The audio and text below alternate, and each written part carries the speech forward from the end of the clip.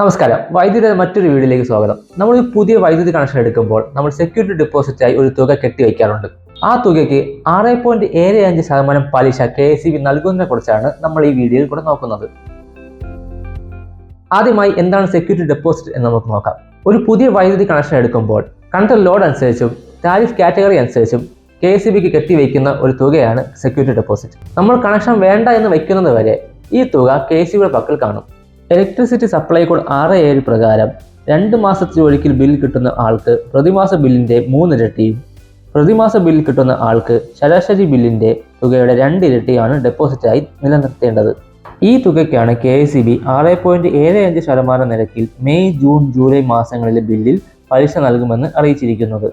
ഈ പലിശ നമുക്ക് പണമായല്ല ലഭിക്കുന്നത്, പകരം നമ്മുടെ ആക്ച്വൽ ബില്ല് എമൗണ്ടിൽ കുറച്ച് ബാക്കി തുക പേബിൾ എമൗണ്ടിൽ രേഖപ്പെടുത്തിയിട്ടുണ്ടാകും.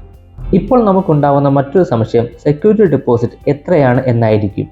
സെക്യൂരിറ്റി ഡെപ്പോസിറ്റ് എത്രയാണ് എന്നുള്ളത് KSEB ബില്ലിൽ തന്നെ കൺസ്യൂമർ ഡീറ്റെയിൽസ് വരുന്ന ഭാഗത്ത് രേഖപ്പെടുത്തിയിട്ടുണ്ടാകും. ഈ തുകയുടെ 6.75% പലിശ ലഭിക്കുന്നത്. ഉദാഹരണത്തിന് 1000 രൂപ സെക്യൂരിറ്റി ഡെപ്പോസിറ്റ് ഉള്ള ആൾക്ക് അതിന്റെ 6.75%, അതായത് 67.5 രൂപയാണ് പലിശ തുക.